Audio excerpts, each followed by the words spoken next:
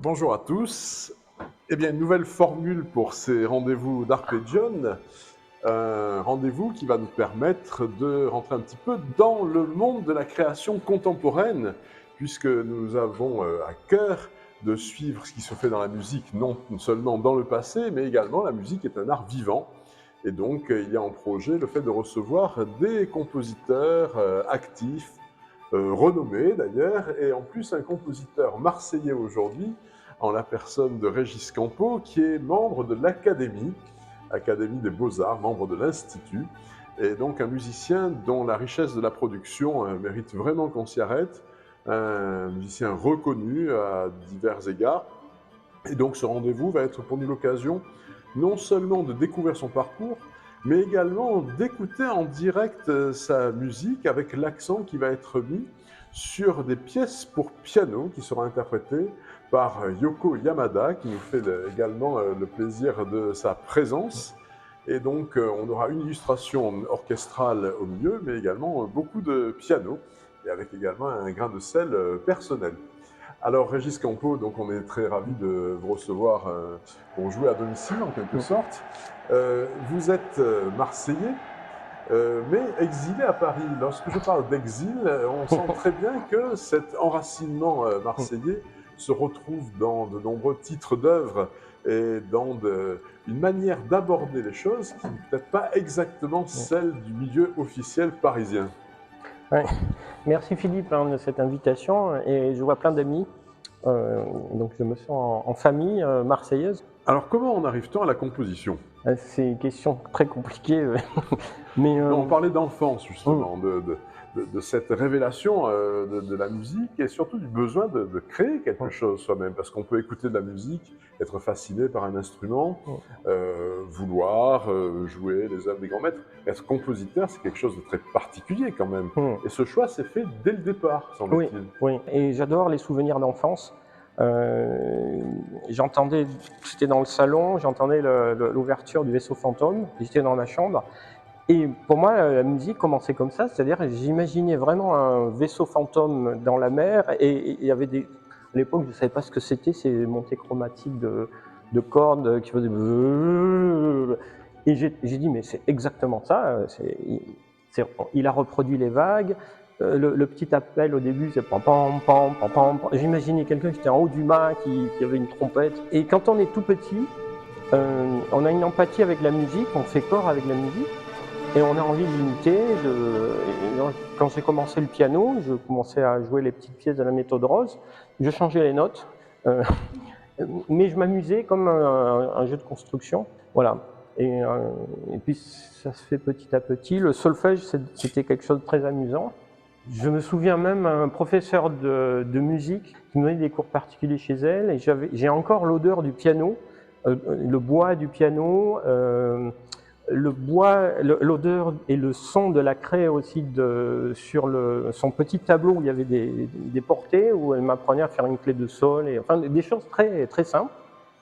Et à partir de là, on a un amour fou de la musique, on se dit que la vie est formidable avec la musique. Mais parfois des révélations orchestrales, Oui. par exemple un orchestre répétant au conservatoire avec une fascination, je crois, pour un fragment orchestral.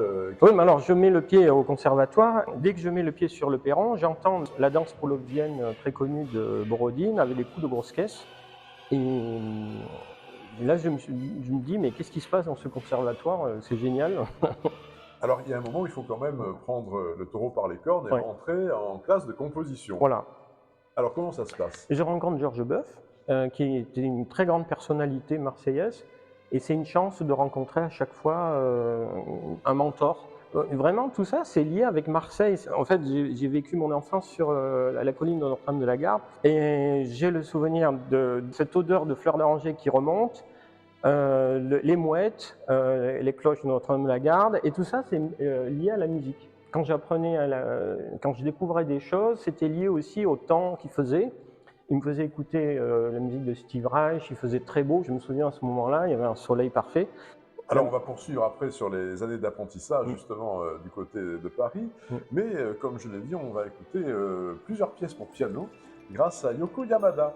Alors peut-être pourrait-on présenter Yoko Yamada à nos amis. Alors, Yoko Yamada est une formidable pianiste, très spécialisée dans la musique d'aujourd'hui. Elle est aussi spécialisée, elle joue du toy piano, c'est-à-dire le petit piano de jouer qui est exactement comme un piano, mais en modèle réduit. Et il y a toute une littérature pour cet instrument. Elle a une manière de jouer le piano très claire, très précis, avec des plans sonores très en relief. Et elle nous fait l'honneur de jouer plusieurs de mes pièces. Et je la remercie. Alors, on va commencer par 2 pièces pour piano, avec le commentaire direct du compositeur. Tout d'abord, on va écouter Sora, qui est une pièce de 2018, qui, je pense, a été créée par Yoko. Et puis, juste après, une pièce qui s'appelle Monde caché, qui est antérieure, 2002. Alors, peut-être un mot d'explication sur ces 2 titres, d'ailleurs. Alors, Sora, c'est un mot japonais qui veut dire ciel. C'est exactement le ciel qu'il fait aujourd'hui. C'est-à-dire, il n'y a pas un nuage, c'est absolument bleu, il fait un peu frais et il y a du soleil qui chauffe un peu. Ça, c'est un sentiment qu'on a à Marseille qui n'existe pas du tout ailleurs. Voilà, et plus l'air marin, enfin, c'est une sorte de mélange de tout ça. Et cette pièce est un peu comme ça, très contemplative, méditative, parce que nous, les Marseillais, on est très contemplatifs finalement. Enfin, on a parfois le sang chaud, mais on a quelque chose de très presque romantique, nostalgique de quelque chose. Et voilà. Et puis les mondes cachés. Il faut s'imaginer un paysage étrange. Eh bien, on écoute ces 2 pièces jouées par Yoko Yamada.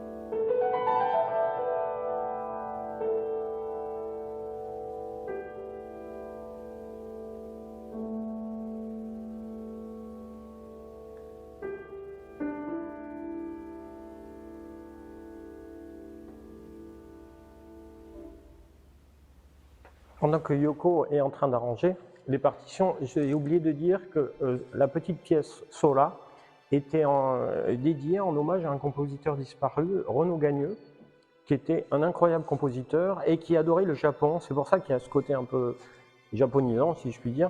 Et la sonorité est proche aussi de ses pièces. Il a écrit des très courtes pièces qui s'appellent des haïkus, comme vous savez, c'est ces courts poèmes. Et il a fait des petits bijoux pour piano.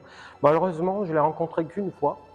Et voilà, c'était une sorte de communication post-mortem avec un fantastique compositeur. Voilà. Et nous passons maintenant donc à la pièce intitulée Monde caché.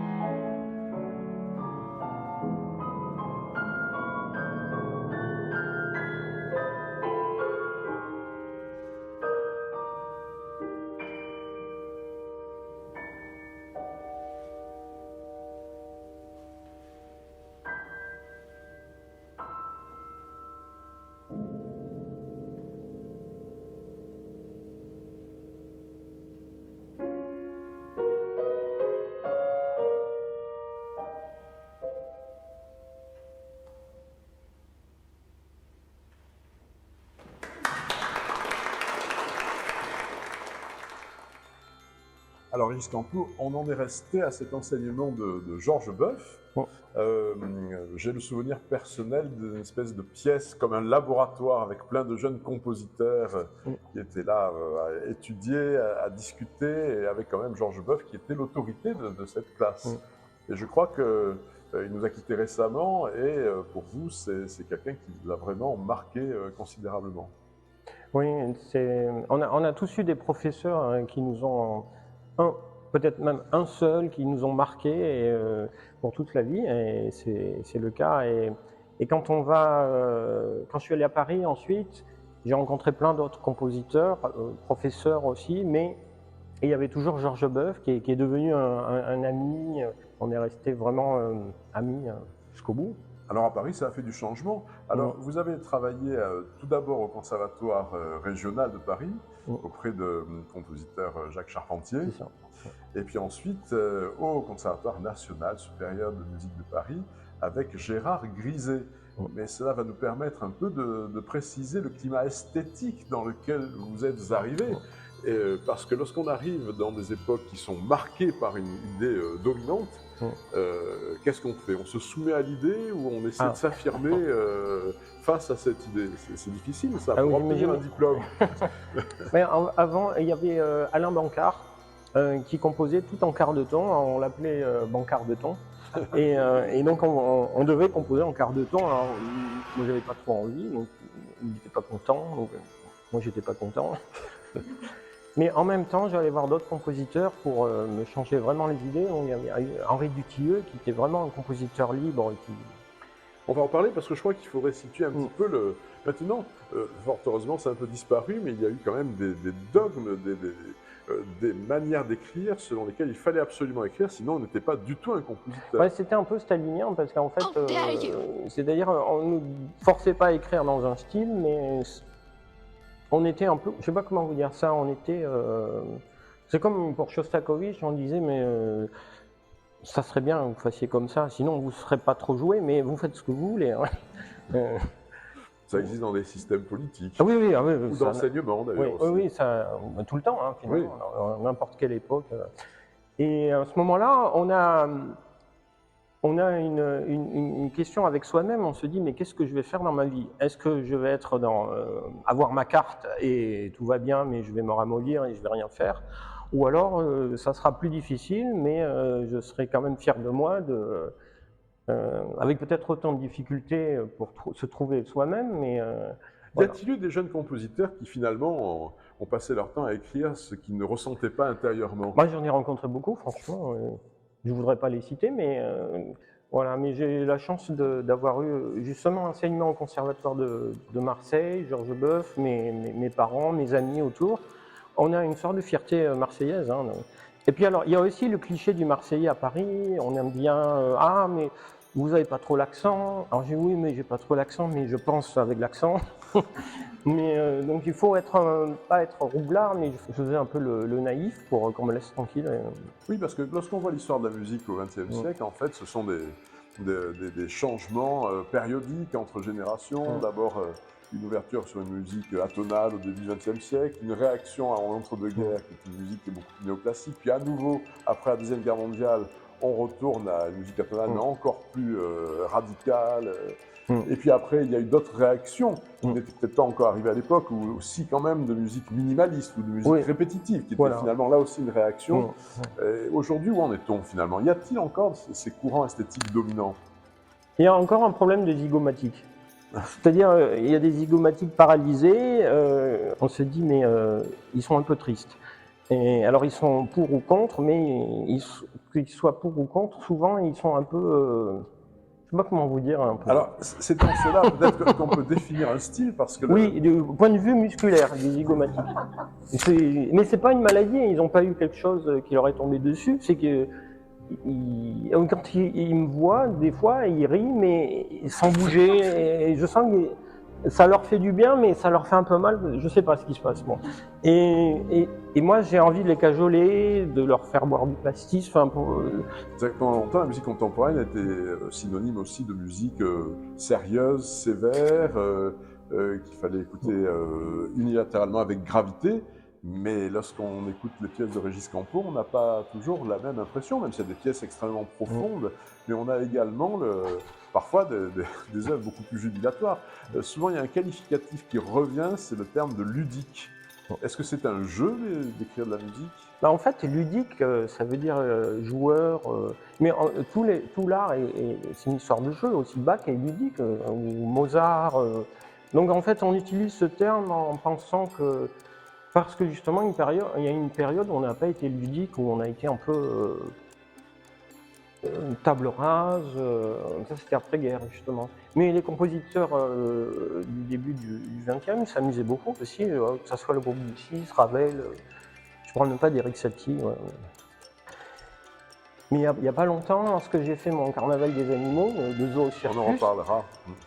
on m'a dit quelque chose, mais on pensait que ça allait me vexer. On m'a dit, mais vous êtes finalement le digne successeur d'Eric Satie, mais je ne veux pas vous choquer en disant ça. Mais j'ai dit, mais c'est un immense compliment, c'est l'humour suprême qu'il faut chercher en fait. Debussy, c'est très drôle. Ravel, j'en parle même pas. En fait. Alors, on va écouter à nouveau des pièces pour piano. Alors, un groupe de pièces avec tout d'abord les harmonies doucement changent, une partition de 2005. Un mot sur cette pièce. Alors, c'était pour un recueil commandé par un compositeur qui s'appelle Gérard Pesson, j'allais dire Peu de son, mais c'est son surnom, on l'appelle Gérard Peu de son, mais il le sait, hein, que je ne veux pas qu'il se vexe. Donc, parce qu'il est très pianissimo, très subtil, et on a sorti la partition, oui, parce que nous sommes filmés, donc il faut que je fasse attention à ce que je dis. Mais je l'aime beaucoup Gérard, hein, de toute façon, hein, il le sait. Bonjour Gérard. Et donc, et voilà, donc c'est une musique tout en harmonie, très changeante. Et puis alors ensuite, 4 pièces, toutes récentes. Alors là, ça vient d'être édité il y a 15 jours à peu près. Ouais. C'est un cycle pour piano qui s'appelle Galaxy 2. Ça veut dire qu'il y a eu des Galaxy 1. Et ce sont à la base des pièces pédagogiques. Ah oui, oui. Alors, des morceaux qui justement commandent pour les tout jeunes débutants pianistiques. Les premières années. Ouais. Les premières années sur des thèmes cosmiques, spatiaux. Hein, et on va écouter par exemple tout d'abord la galaxie d'Andromède. Ensuite, on parle de Mars avec les anciennes rivières de Mars, notre Voie lactée et les poussières interstellaires. Ouais. Alors, il faut noter que Régis Campo est en quelque sorte cette année le compositeur en résidence de l'association Arpeggione, puisque dans cette association se tient un concours de fin d'année qui est le concours CAPA, et il se trouve que nous avons décidé de donner, en imposer, outre les autres œuvres, à chaque élève qui passera ce concours, une des pièces de Galaxy 1, mais beaucoup de Galaxy 2 qui viennent tout juste de sortir. Aux éditions Henri Lemoine. Voilà, on en parlera aussi des éditions. Eh bien, nous retrouvons Yoko Yamada pour tout d'abord les harmonies doucement changent, et puis ensuite pour 4 courtes pièces des Galaxy 2.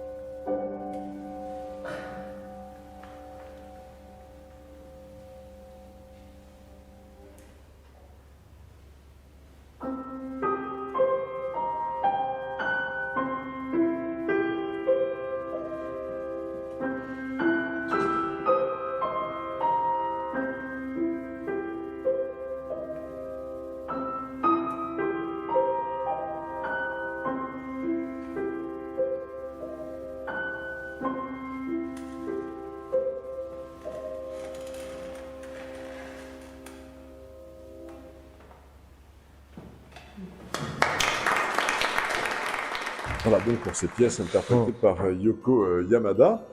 Eh bien, on a laissé Régis Campo au Conservatoire national supérieur de musique de Paris, dont il sort brillamment avec un premier prix de ce Conservatoire national supérieur de musique.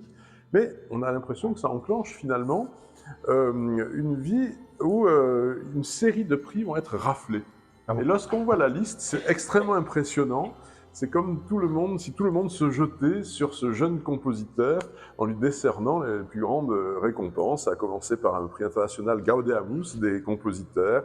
Et puis après, il y a eu le concours du Tilleux, on reparlera de ce compositeur ultérieurement, prix Pierre Cardin, prix Hervé Dugardin, j'en passe, et des meilleurs. Ça n'a pas arrêté également des prix beaucoup plus récents, comme le prix des lycéens, qui est vraiment très important justement pour la transmission. Et puis également, quelque chose qui est très important, avant d'appeler ça le prix de Rome, mais le fait de devenir pensionnaire de la Villa Médicis. Alors ça, c'est un cas de figure historiquement dans la musique qui est quand même extrêmement important. Donc l'Académie de France à Rome, et ça a duré de 1999 à 2001. Donc, que garde-t-on d'une telle expérience qui est quand même rare chez les compositeurs? J'ai fait ça comme ça, je me suis présenté, j'ai fait ça pour faire plaisir à mon père. Alors, on a le souvenir de prix de Rome comme Berlioz, mais avec jadis des épreuves où il est resté enfermé pendant un mois à écrire des cantates pour chœur et orchestre sur des textes absolument insensés. Là, c'est pas le même mode de fonctionnement. En plus, c'est à l'époque on se présentait beaucoup de fois. Il y a Berlioz et Debussy, je ne sais plus combien de fois ils se sont présentés. Et Ravel, qui lui n'a pas été pris. Ah oui, ça c'était un scandale, ça c'est sûr. Mais en fait, à l'époque, c'était bien d'essayer 4-5 fois, et puis quand on réussissait le concours, c'est de dire du mal de la villa quand on y était. Alors Berlioz, je vous recommande les mémoires de Berlioz qui sont formidables. Il raconte qu'il avait laissé sa compagne, sa fiancée à Paris. Et puis, comme c'était très long à l'époque, il fait le voyage. Et puis, au bout de 3 mois, il reçoit une lettre de son père qui lui dit « Mais non, elle s'est mariée en fait ». Donc, il voulait se venger. Il a pris un fusil. Il s'est habillé en femme parce que pour sortir de Rome, il faut avoir l'accord du Vatican. Qui était un état pontifical. Et voilà, exactement. Ouais. Et donc, je me demande s'il n'a pas un peu inventé ça, parce que dans ses mémoires, c'est un peu bizarre, mais disons que c'est vrai. Donc, il prend cette calèche, il va vers Nice, c'est très long. Il commence à gamberger en disant « Je vais tuer le mari, ma compagne, et puis je vais me tuer ». Mais le voyage était tellement long que finalement, il est resté à Nice pour dormir une nuit. Il a rencontré une niçoise et il s'est dit bon, la vie est belle finalement, je vais retourner à la Villa Médicis. J'avais un vœu secret, c'est pas de rencontrer tous les compositeurs de musique contemporaine très sérieux, mais Ennio Morricone. Et le dernier mois de mon séjour, je me retrouve face à lui à un concert de musique symphonique. Et je discute en baratinant un italien un peu bizarre. Et le concert avait lieu vraiment à côté du Vatican. C'est la rue de la Conciliation qui mène vraiment au Vatican. Et c'est justement l'auditorium de la Conciliation.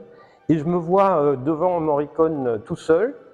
Et il me cachait le Vatican. Donc face à lui, je lui serre la main et je me dis mais en fait Dieu n'est pas là-bas, il est en face de moi avec des grosses lunettes. Et c'est des choses étranges que j'ai eues à Rome, comme d'aller chez un coiffeur, moi qui adore Fellini, et je vois une vieille devanture de coiffeur, je rentre, le coiffeur me dit ne vous asseyez pas là. Hein. Alors je m'assois là, puis je vois à travers les vitres des dessins de Fellini. Alors je dis mais c'est Questa et Fellini. Alors il m'a dit je suis le coiffeur de Fellini, et à côté Fellini venait chaque jour. Donc j'ai eu que des souvenirs comme ça de Rome. Et lorsqu'on a tous ces prix, les confrères vous regardent de manière un peu différente quand même. Oh mais ça c'est tout le monde dans la vie. Hein, oui, aussi. Oui mais j'ai des bons copains, des bons amis. Ah oui, alors j'allais voir aussi Vladimir Cosma quand j'avais des cours très sérieux au conservatoire, mais j'avais besoin de respirer, donc j'allais voir Cosma et c'est devenu un mentor.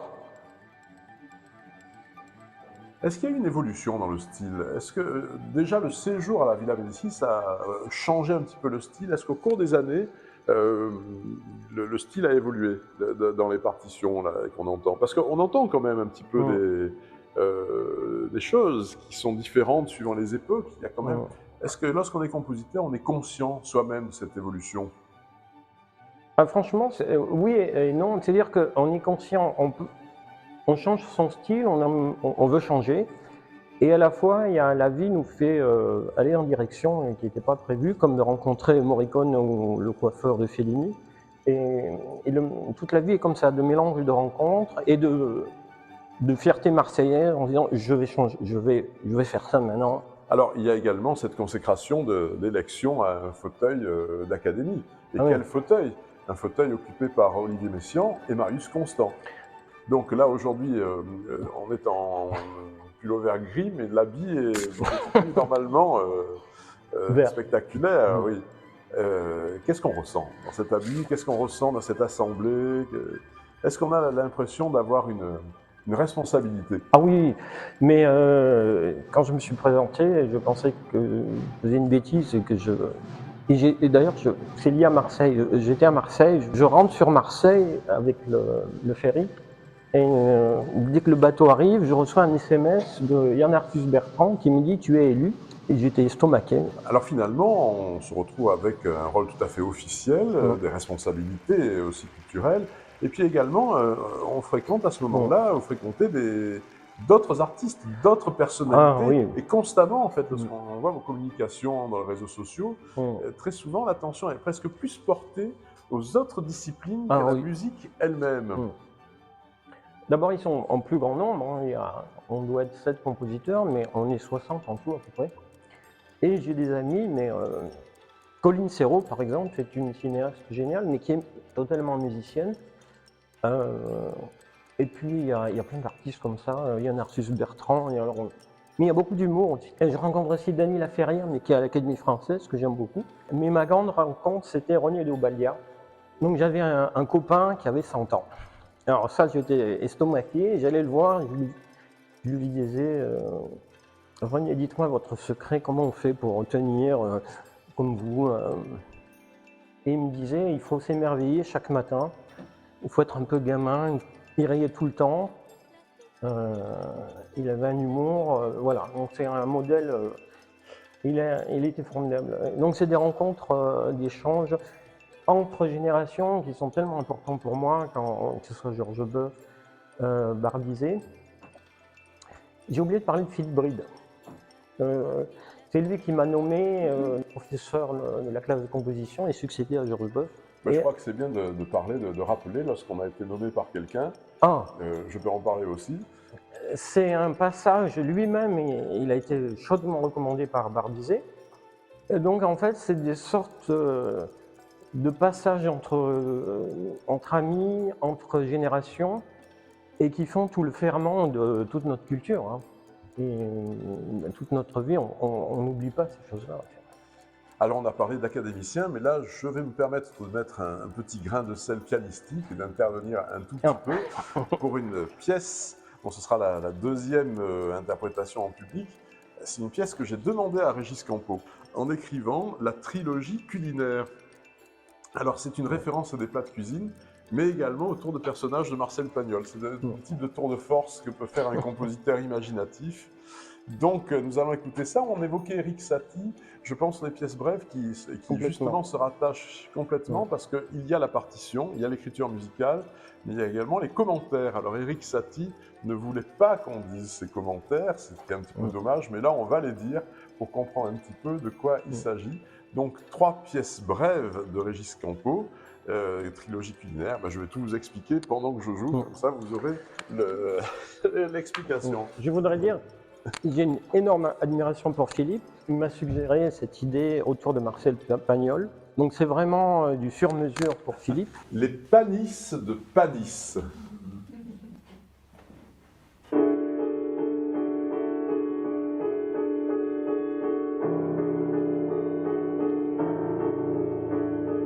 Couper en rondelles les panisses.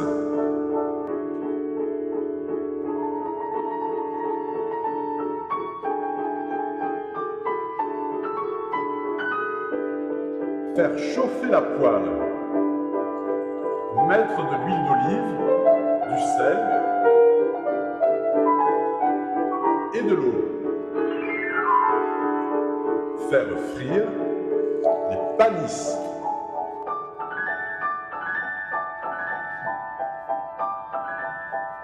Trois minutes.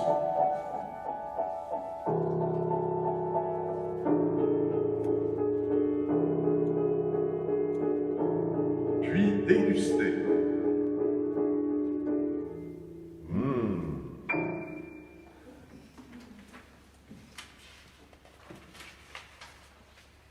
La bouillabaisse d'Honorine.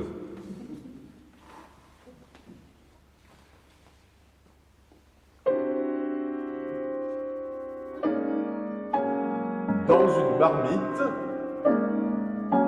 mettez de l'huile d'olive, des tomates,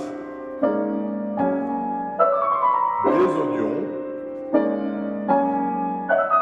de l'ail,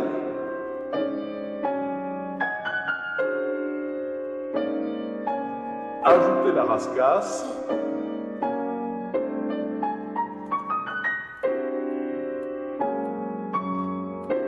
et le reste des poissons.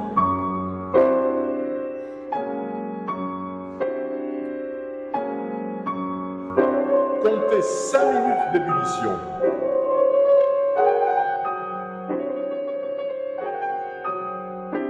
Puis dégustez avec des croûtons et de la rouille. Et aussi avec du vin blanc. Dégustez, dégustez sans fin.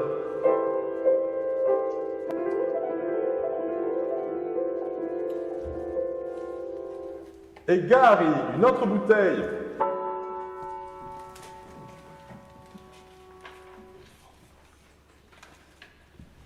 Le piquant citron curaçao de César.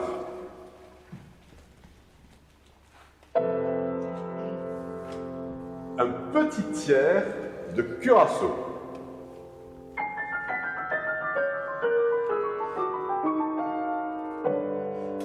Un tiers de citron.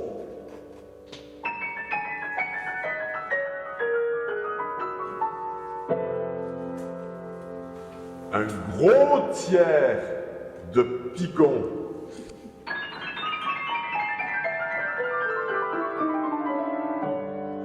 Un grand tiers d'eau.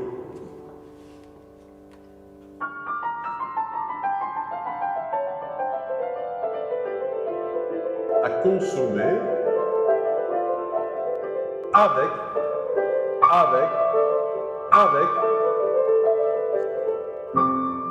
avec modération.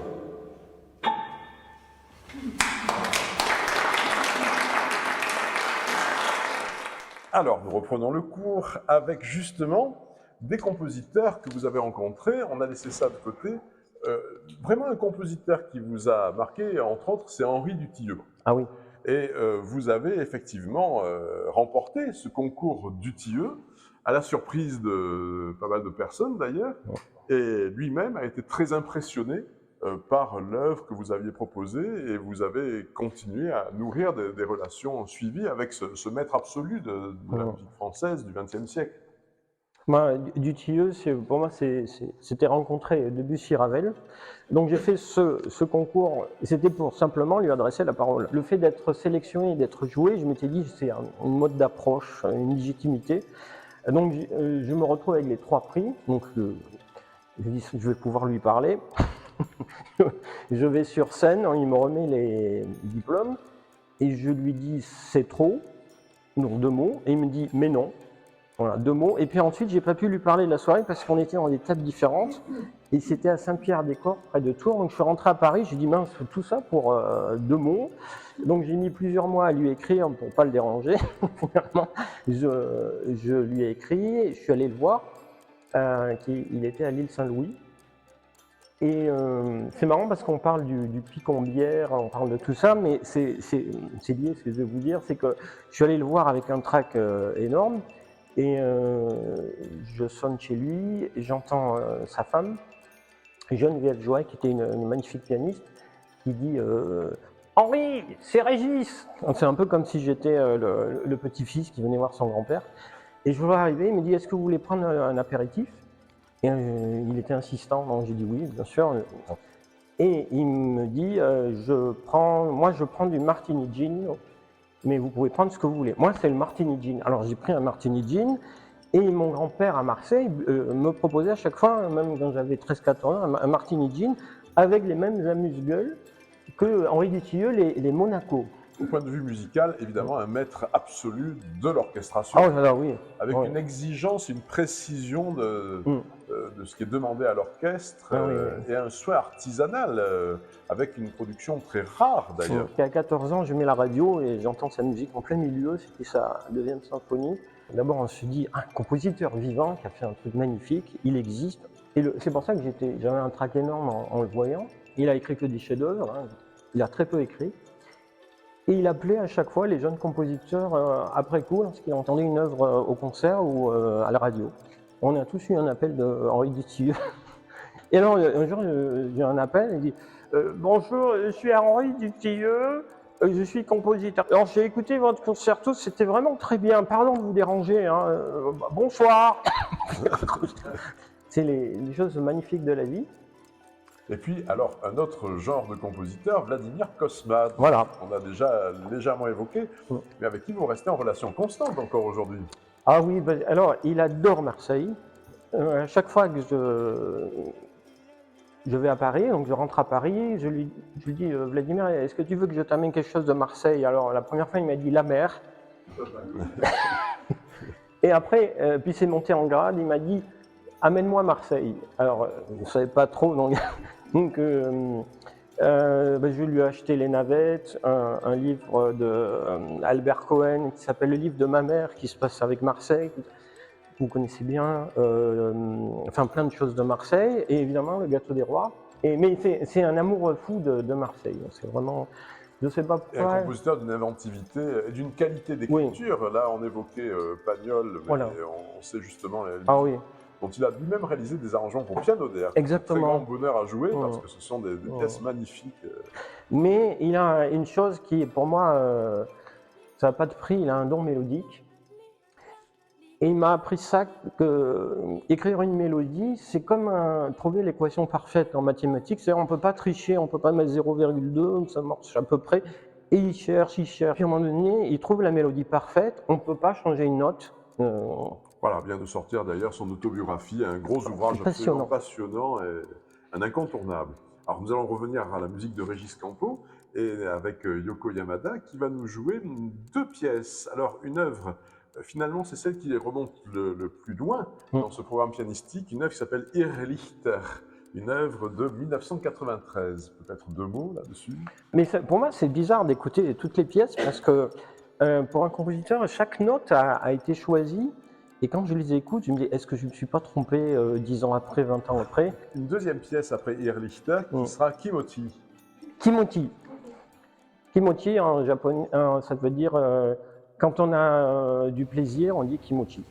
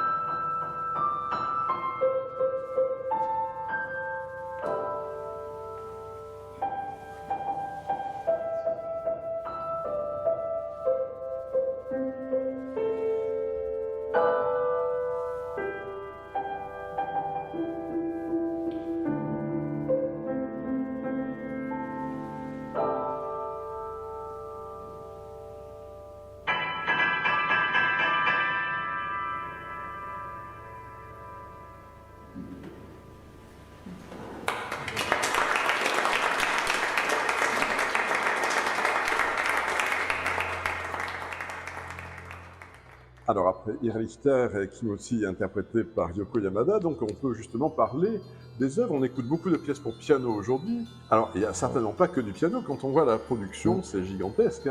Tous les gens ont été abordés, et notamment l'opéra. Alors ça paraît un petit peu dantesque aujourd'hui d'écrire des opéras. Eh bien Régis Campo, il n'y en a pas qu'un dans le catalogue d'opéra. C'est aimer vraiment le chant pur. Ma mère me faisait écouter justement, il y avait Wagner, c'est surtout Puccini qui aimait beaucoup, la mélodie pure. Et j'ai rencontré Félicité Lotte, c'est elle qui m'a donné envie. On cherchait un texte, quelque chose, et je cherchais, je tournais en rond. Un jour, je lui ai proposé, par exemple, les lettres de Théo de Van Gogh, les lettres de Théo à son frère. Donc. Elle me dit oui, alors pourquoi pas une voix d'homme plutôt. Et puis en face de moi, j'avais le bestiaire d'Apollinaire. Et dès que j'ai dit ah mais alors le bestiaire d'Apollinaire, alors là elle a poussé un cri de joie, elle m'a dit ah oui c'est bon. Et le fait d'avoir une voix comme Félicité Lotte, évidemment il y avait le stress, l'inquiétude de ne pas réussir à aussi lui plaire, aussi à la séduire, parce que quand on compose, c'est aussi séduire les interprètes qu'ils aient un grand sourire quand ils reçoivent la partition, et surtout pas qu'ils disent « Ah, il y a beaucoup de notes, il faut leur travailler ». Alors ça, c'est très mal barré. Si vous avez un interprète qui vous dit ça, ça m'est déjà arrivé plusieurs fois. Et ça veut dire que la communication va peut-être pas bien se faire, mais là, avec Félicité, c'était génial. Alors, on parle de piano, on parle de voix, mais on peut parler aussi des instruments. Alors, il y a un traitement d'orchestre, on va en écouter un extrait quand même, le seul extrait sonore que j'ai voulu faire entendre, mais également... rien, vous ne vous interdisez rien sur le choix des instruments. On a par exemple un concerto pour Térémine qui est absolument fascinant. Alors, il faudrait décrire cet instrument, mais on peut le voir sur YouTube par exemple. On voit une interprète qui en fait balade ses mains dans l'atmosphère et ça trouble des rayons ou des réseaux électroacoustiques, et elle joue d'un instrument comme ça. D'ailleurs, c'est un concerto qui fascine non seulement le public du classique, mais également d'autres publics. Oui, je vois les commentaires. Oui, parce que la musique contemporaine n'a jamais eu de réputation très populaire ces dernières années. Ah non, il y a quand même une rupture totale entre la musique dite savante et les musiques dites actuelles. Sauf il se trouve qu'il y a des œuvres quand même qui... Est-ce une volonté d'avoir voulu faire une jonction comme ça? Ah, mais c'est pour ça, c'est exactement la discussion que j'avais avec Vladimir Cosma, qui me hante depuis toujours, et qui a hanté Ennio Morricone. Il y a le contact quand même avec le public, la communication. C'est pour ça que je me disais, si Félicité Lotte n'aime pas, veut pas chanter ma musique, il y a quelque chose qui ne va pas qui tourne par rond. Voilà, il faut se retrouver en fait. Alors, je parlais des Térémines, mais également une œuvre récente, un Zoocircus, qui est le prolongement en fait du Carnaval des animaux de Saint-Saëns, avec le projet un peu fou de compléter ce Carnaval des animaux avec des animaux pas encore évoqués. Et au total, quels sont les animaux alors qui sont en musique dans ce Zoocircus? Alors, il y a un pivert qui est mélomane, donc il fait... C'est pom pom pom pom, et alors du coup pom pom pom pom pom pom pom pom pom pom, ça c'est la flûte enchantée, pom pom pom pom pom. C'est dire qu'entre compositeurs de plusieurs siècles, les motifs se répondent. Donc des citations, mais également il y a un poulpe, il y a des dinosaures. Ah oui, alors je voulais vous dire le poulpe, parce que là ça a été un gros problème, je dirais philosophique, métaphysique, c'est comment trouver le son poulpe.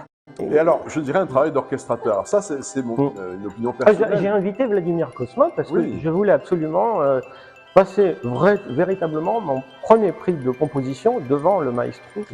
Voilà, ça vaut tous les prix, si Vladimir est content.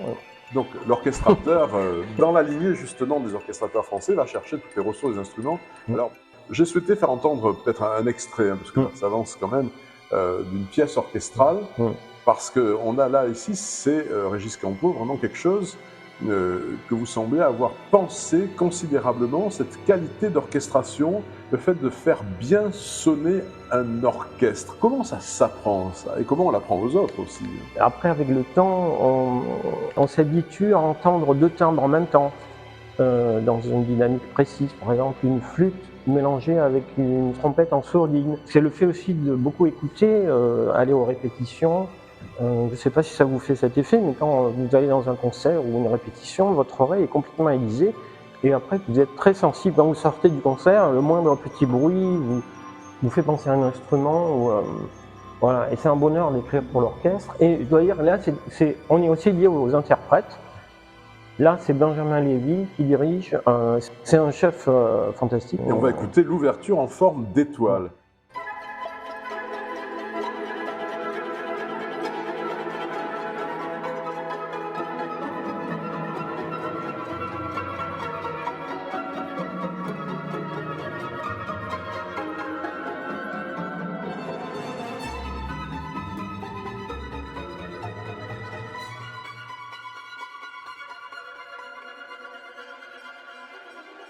Je vais baisser avec l'autorisation du compositeur. Il y a trop de notes, hein, en fait. Il faudrait qu'il se calme, ce compositeur. Un peu trop de notes. Alors, donc, cet extrait orchestral et une rencontre donc avec des interprètes. Mais là, lorsqu'on voit également à Alice des interprètes qui ont joué du Régis Campo, on est tout à fait impressionné. On parlait de direction d'orchestre. Beaucoup d'orchestres internationaux jouent ces partitions d'orchestre. Hein. Dans le système solaire uniquement. Oui. Ouais. Mais par exemple, on peut parler de l'expérience avec Kent Nagano. Qui est américain, ses parents sont japonais et il est né en Californie. J'ai fait beaucoup de créations avec lui et une anecdote, il faut absolument que je vous la raconte parce que cet été, il dirigeait à Aix-en-Provence et il m'a appelé, il m'a dit Régis, j'aimerais vraiment visiter Marseille. On a mangé la vraie bouillabaisse sur le Vieux-Port. Donc, à partir de là, on avait très peu de temps finalement et on est allé à Notre-Dame-de-la-Garde à pied, sous la chaleur. Et c'est un chef très généreux et il est très proche des compositeurs, de la création. Donc, lorsqu'on est compositeur, on voyage souvent aussi. Oui, oui, bien sûr. Et qu'est-ce qu'on en retire en fait de ces voyages? De nouvelles impressions orchestrales, de nouvelles impressions de pays qu'on visite? Oui, mais c'est surtout la rencontre avec Par exemple, quand il dirigeait Montréal, je prenais l'avion, je sortais de l'avion, j'allais à la répétition de cette grande salle qui s'appelle la Maison Symphonique. C'est un microcosme qui est très riche en fait. Et c'est des rencontres perpétuelles et complètement enrichissantes. Voilà, alors pour citer d'autres interprètes, mais on ne va pas tout développer tout le monde parce qu'il y en a beaucoup. Donc, outre ceux qu'on a cités, vous ont également joué Jay Gottlieb, Thierry Esquèche, Olivier Beaumont, Quatuor Parisi, le London Sinfonietta, Fadzil Say, dont on reparlera à la fin, Zoltán Koksis, Bertrand Chamaillou, Peter Wispelwey, Jean-Claude Casatsu, l'ensemble Clément Jeannequin, Ray Delinche, Laurent Petit-Girard, Laurent Corsia. Eh bien là, c'est Yoko Yamada qu'on va retrouver bien sûr. Pour deux nouvelles pièces. Une pièce 2014 qui s'appelle Smiley. Et alors, en fait, trois autres pièces, puisqu'ensuite on a Magic Space 1 et 2. Tout d'abord une partition 2014 et puis une œuvre plus récente de 2021. Voici donc ces pièces pour le piano. Alors peut-être un mot. Oui, alors pour Smiley, vous affolez pas, il y a une blague dans la pièce. Le pianiste ou la pianiste doit dire, c'est écrit dans la partition, donc c'est pas une fantaisie de Yoko. Elle doit dire yep. Hein.